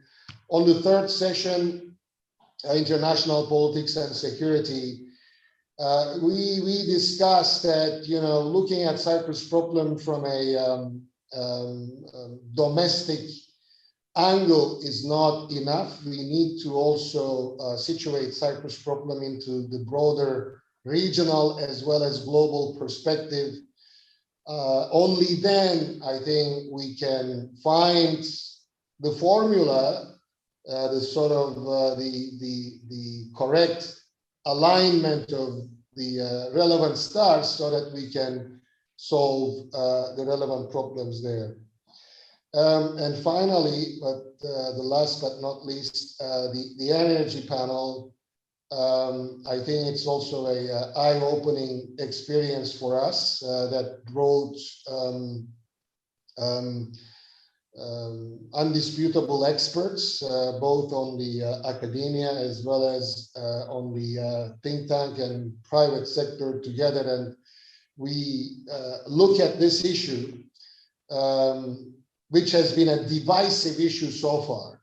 And we discussed about some ways to turn this, to transform this from a divisive issue into an issue of cooperation by, again, looking at the trends in the global markets, how the energy issue so far has been utilized in the Eastern Mediterranean and Cyprus. And also we discussed ways of utilizing this the correct way in order to solve the problem. So the final word is that we need to do more talking together if we are going to solve this Cyprus plus other outstanding issues in our environment. I hope that this marks not the end, but the beginning of a fruitful and very valuable cooperation between our two universities, so that we can organize similar open-minded, inclusive and transparent events in the future. So I thank you all again, and more specifically, I thank Erhani Çener, my partner in crime, who has done most of the heavy lifting in this organization. Thank you and goodbye.